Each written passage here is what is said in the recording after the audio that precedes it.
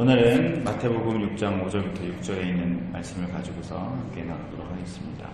예수님께서는 주기도문을 가르쳐 주기 전에 두 가지 기도를 언급하십니다. 이렇게 기도하라라고 이야기를 하시는데 구체적으로 무엇을 어떻게 기도해야 될지를 말씀하시지 않으시고 오늘 내용이 나오는 외식하는 자와 같이 하지 말아라, 중언부언하는 자의 기도처럼 이방인들이 하는 기도를 하지 말아라 라고 하지 말아야 될 기도를 두 개를 먼저 말씀해 주십니다. 그러니까 예수님께서 기도를 가르쳐 주시려고 하면 올바른 기도를 다 가르쳐 주시면 되는데 이렇게 기도하지 말아라 라고 잘못된 기도의 예를 먼저 언급을 하셨던 것이죠. 여러분들이 산상수훈 앞에 있는 부분을 보시면요, 5장부터 산상수훈이 시작되는데요, 복이 있는 자는 하면서 팔복 이야기가 나오고요. 그 이후에 예수님께서 율법에 대해서 가르치기 시작하십니다. 마태복음 5장 20절에 이렇게 나옵니다. 내가 말한다. 너희 의가 율법학자들이나 바리새파 사람보다 훨씬 낫지 않으면 하늘나라에 들어가지 못할 것이다 라고 말씀하시면서 더 나은 율법이 무엇인지에 대해서 설명을 하세요. 그러면서 이렇게 말씀하십니다. 너희들이 살인하지 말아라 라는 그런 말씀을 들었지, 그래서 너희들은 사람을 찔러 죽이지 않으면 살인하지 않는 거야 라고 생각을 하지만 사실은 너희들이 형제를 보고서 미워하는 마음을 품고 있는 것도 살인하는 것이고, 그리고 형제에게 이 바보야 라고 욕하면 지옥불에 들어가게 될 것이다 라고 말씀하세요. 그러니까 사람들이 생각하고 있는 이 살인이라는 율법, 이 법에 대한 개념을 깨뜨리시고 새로운 율법의 참된 의미에 대해서 말씀해 주십니다. 또 그 뒤에 간음하지 말라는 말씀을 너희들이 들었지, 간음하지 않기 위해서 다른 여자와 관계를 하지 않던가 혹은 이혼을 하고 다른 여자를 맞아들이게 되면 그럼 간음이 아니지, 뭐 이런 식으로 생각했단 말이에요. 그래서 이혼에 관해서 모세가 이혼 증서를 써주면 괜찮다 그랬는데요, 뭐 이런 식으로 생각했단 말입니다. 그런데 예수님께서는 너희들이 음욕을 품고 그 여자를 바라보기만 해도 그것은 가능한 거야 라고 말씀하시죠. 유대인들이 가지고 있는 이 율법, 법에 대한 개념을 깨트리시고 무엇이 정말 참된 율법의 정신이냐, 율법학자들이나 바리새인들이 철저하게 지키고 있는 그 율법보다 더 나은 의가 무엇인지에 대해서 설명을 하십니다. 그러면서 맹세에 대해서, 너희들이 보복에 대해서, 그리고 원수에 대해서, 사람들을 구제하는 것에 대해서 너희들이 율법으로는 그렇게 듣고 지금 이렇게 행하고 있지, 그런데 사실은 이런 거야 라고 이 사람들의 율법을 먼저 깨트리시고 더 나은 의, 이것을 설명해 주십니다. 기도에 관해서도 설명을 하실 때 뭘 먼저 하시겠어요? 사람들이 가지고 있는 기도의 관념, 너희들이 기도를 이렇게 하고 있지 라고 하는 그것을 먼저 깨트리시고, 그리고 무엇이 더 나은 의인가 라는 것을 설명해 주시는 이런 패턴이 이 주기도문에도 들어있는 것입니다. 그래서 유대인들이 이 정도 하면 율법을 지키는 것이지, 이 정도 하면 기도하는 것이지 라고 생각했던 것을 원래는 하나님께서 요구하시는 것은 바로 이것이다 라고 설명하는 과정 가운데 이 주기도문이 나오는 것입니다. 마찬가지로 예수님께서 기도에 가르치기 전에 유대인들이 생각하는 기도에 대한 관념을 깨트리시는 설명을 먼저 하는 것이죠. 그게 바로 오늘 우리가 나눌 외식하는 자의 기도와 그리고 중언부언하는 자의 기도, 이 두 가지가 먼저 나오게 되는 것입니다. 오늘 5절 보면은 외식하는 자와 같이 라고 하고요, 8절을 보시면요, 이 외식하는 자, 그 다음에 중언부언하는 기도, 이런 것들을 본받지 말아라 라고 이렇게 나오거든요. 그 당시에 소위 기도를 잘한다고 아주 소문난 선생들이 있었습니다.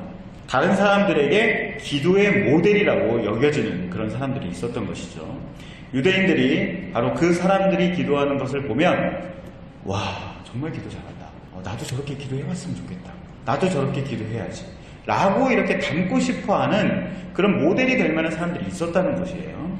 그래서 유대인들이 그걸 보면서 그것을 본받으려고 했고, 또한 제자들도 그런 사람들을 본받는 것이 올바른 기도를 하는 방법이라고 생각하고 있었던 것입니다. 그래서 예수님께서는 올바른 기도를 가르치기 전에 먼저 잘못된 기도가 무엇인지에 대해서 지적할 필요가 있으셨던 것입니다. 우리에게도 이것이 의미가 있겠죠. 왜냐하면 우리 역시 제자들처럼 신앙생활을 하면서 이미 기도를 하고 있는 사람들입니다. 나름대로 기도를 해보려고 열심히 노력하는 성도들입니다. 제자들이 그랬던 것처럼 부지불식 가운데 이 잘못된 기도의 모범들을 보면서 야 정말 기도 잘한다. 나도 저렇게 기도해봤으면 좋겠네. 라고 그렇게 잘못된 모델을 받아들일 수도 있다는 것이죠. 오히려 기도를 잘하는 사람들이 빠지기 쉬운 기도의 함정. 오늘 예수님께서 말씀하시는 외식하는 자의 기도. 여기서 찾아볼 수가 있는 겁니다. 오늘 본문을 보면요. 마태복음 6장 5절부터 6절까지 너희는 기도할 때에 외식하는 자와 같이 하지 말라 라고 하면서 그 사람들은 사람들에게 보이려고 회당과 큰 거리 어귀에 서서 기도하기를 좋아한다 라고 설명을 합니다. 예수님 당시에는 사람이 많이 모이는 회당이나 큰 길 어귀, 그러니까 큰 길 어귀는 사거리를 말하는 거죠. 거기에서 서서 기도를 하는 사람들이 있었다는 겁니다. 이 사람들은 왜 사람들 앞에서 기도를 했을까요? 유대인들은 대개 하루에 3번 기도 시간이 되면 회당에 가서 기도를 했습니다. 또 외출 때나 아니면 회당으로 갈 수 없는 그런 상황이 되면 사람들이 많더라도 그 자리에서 기도를 하고는 했습니다. 사실은 이 사람들이 길거리에서 기도를 한 것은 하나님에 대한 신앙의 열심 때문에 그런 것이죠. 이 사람들이 회당에서 하든 아니면 사람이 많이 있는 곳에서 하든 사실 그 자체가 중요한 것은 아닙니다. 그런데 오늘 예수님께서 지적하신 것은 이 사람들이 왜 기도를 하냐면 사람들에게 보이려고 그렇게 기도를 한다는 거예요. 그럼 이 사람들은 왜 사람들에게 보이려고 기도를 한 걸까요?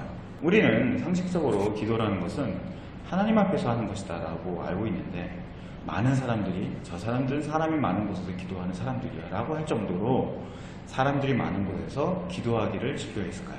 예수님 시대가 어떤 시대인지를 좀 우리가 생각을 해야 되는데요. 예수님 시대는 로마의 식민지 시대였죠. 유대 민족의 신앙과 정신을 잃지 않기 위해서 여호와 하나님에 대한 유대 전통적인 신앙을 강조하고 신앙을 중심으로 똘똘 뭉쳐야지만 우리가 로마에게 말살당하지 않고 우리의 신앙과 민족의 전통을 계속 이어갈 수 있다라고 그렇게 생각을 했습니다. 우리나라가 일본에 30년 조금 넘게 식민지에 있었잖아요. 거의 죽을 뻔했잖아요. 한글도 없어지고 우리나라 말도 없어지려고 40년도 안 되는 시간을 그렇게 식민지로 있었는데도 민족이 말살될 만한 그런 위기에 처했었단 말이에요. 그런데 거의 몇백 년이 넘는 시간 동안 나라가 없는 이 나라에서 우리 민족이 흩어지지 않고 유대인이라는 이게 없어지지 않으려면 정말 똘똘 뭉쳐야 되는 것이죠. 그런 생각들을 가지고 있는 지도자들이 많이 있었습니다. 로마 시대에는 모든 나라들이 다 헬라 문화에 젖어 있었기 때문에 다신들, 제우스, 포세이돈 이런 거 아시죠? 이런 것들에게 다 먹힐 수밖에 없는 그런 상황이었어요.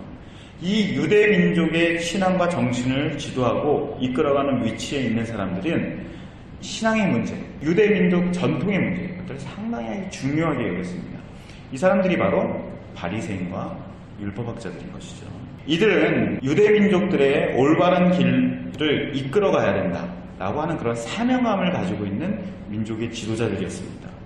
어떤 율법 교사가 길가에 서서 기도를 할 때에 지나가다가 이렇게 얼핏 듣기라도 하면 민족과 하나님의 뜻을 위해서 간절히 기도하는 내용도 들리고요. 들으면 그래 그렇구나 라고 깨닫게 되는 점들도 많이 있었습니다. 그래서 그 사람들이 기도하는 내용을 들으면서 야 참으로 저 사람이 얘기하는 것이 올바른 내용이다.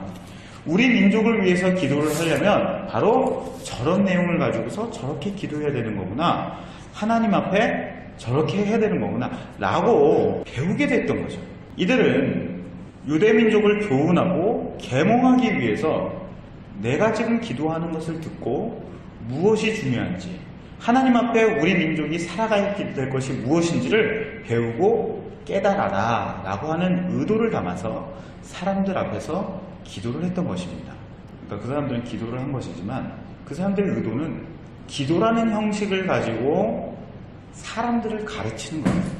이 기도를 듣게 되는 유대인들을 가르치기 위함이라는 거죠. 누가복음 18장 11절부터 12절에 나와 있는 바리새인의 기도가 나옵니다. 바리새인들이 기도하고 세리는 저 멀리서 이렇게 기도하는 거. 그때 바리새 사람들이 서서 이렇게 기도를 합니다.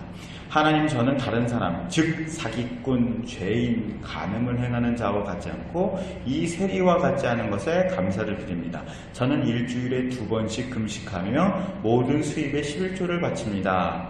라고 이렇게 기도를 할 때에 이 사람들이 사실은 자기가 정말 죄를 짓지 않은 것이 감사하거나 아니면 다른 사람보다 내가 더 의롭다라는 것을 드러내기 위해서라기보다는 지금 여기서 말한 사기꾼, 죄인, 간음을 행하는 사람, 그리고 세리, 그 뒤에 일주일에 2번 금식하고 수입의 11조를 바치지 않는 사람들, 이 사람들을 들으라고 하는 얘기입니다. 이런 죄들을 열거하면 그런 죄를 가지고 있는 사람들이 그걸 듣고서 내가 바로 저런 죄인인데 네가 이런 죄를 짓고 있지? 넌 11조 안 드리고 있지? 너는 금식 안 하고 있지? 듣고 깨달아라. 이런 의도가 담긴 훈계가 담겨있는 기도인 것입니다. 근데 그 기도를 듣고서 세리는 어떻게 해요? 내가 죄인입니다 라고 기도를 하는 거죠. 예수님이 이런 외식하는 자의 기도에 대해서 이렇게 평가를 하십니다. 5절에 나오는데요. 저희는 자기 상을 이미 받았다 라고 말씀하십니다. 자기 상을 이미 받았다라는 의미는 바리새인들이 기도하는 의도대로 그 일이 이루어졌다는 뜻입니다. 이들이 기도하는 의도가 뭐라고요? 첫 번째는 다른 사람을 가르치는 것, 그리고 또 죄인들을 훈계하는 것, 그리고 유대인들의 지도자 역할을 하는 것입니다. 실제로 유대인들이 그 기도를 듣고 그렇구나 라고 배웠으니까 응답이 된 거죠. 두 번째로 세리는 자신의 죄를 지적하는 말을 듣고서 눈물을 흘리면서 주님, 제가 죄인입니다 라고 회개를 했으니까 죄인을 훈계하기 위해서 기도한 것, 그것도 이루어진 거죠. 그리고 사람들이 저 사람의 기도를 보고 배워야 되겠다, 저 사람이 말하는 것을 배울 만한 선생이구나 라고 유대인들의 선생이 되었기 때문에 그 기도도 의도가 응답이 된 거죠. 바리새인들이 노리고 있었던 그 효과라는 것이 바로 이런 것이었으니까 기도를 통해서 이루고자 했던 효과가 실제로 이루어졌다는 겁니다. 외식하는 자의 기도는 기도의 형식을 갖췄지만 본질적으로는 하나님께 드려지는 기도가 아닙니다. 기도를 통해서 다른 어떤 효과를 원하는 것이죠. 그런데 그 효과가 나타납니까? 나타났어요. 진짜로. 사람들이 그걸 듣고서 그래요, 저렇게 기도해야 되는구나, 우리 민족을 위해서 무엇을 해야 되는지 깨닫죠. 죄인들이 회개를 하죠. 그리고 사람들에게 인정을 받죠. 그 기도는 효과 있는 기도예요. 그러면 이 사람들은 어떻게 생각했어요? 하나님께서 내 기도를 응답하셨다라고 생각한다는 겁니다. 우리 시대도 비슷하죠. 저 같은 경우만 해도 자녀들이랑 같이 식탁에 앉아서 기도를 할 때에 하나님께 기도하기보다는 아이들이 들었으면 하는 내용으로 기도를 합니다. 그러면서 얘네들이 이걸 잘 듣고 있나 잠깐 눈 떠서 보기도 하고요. 그리고 아빠가 뭐라고 기도했지? 물어보기도 하고요. 이런 기도가 외식하는 기도라는 겁니다.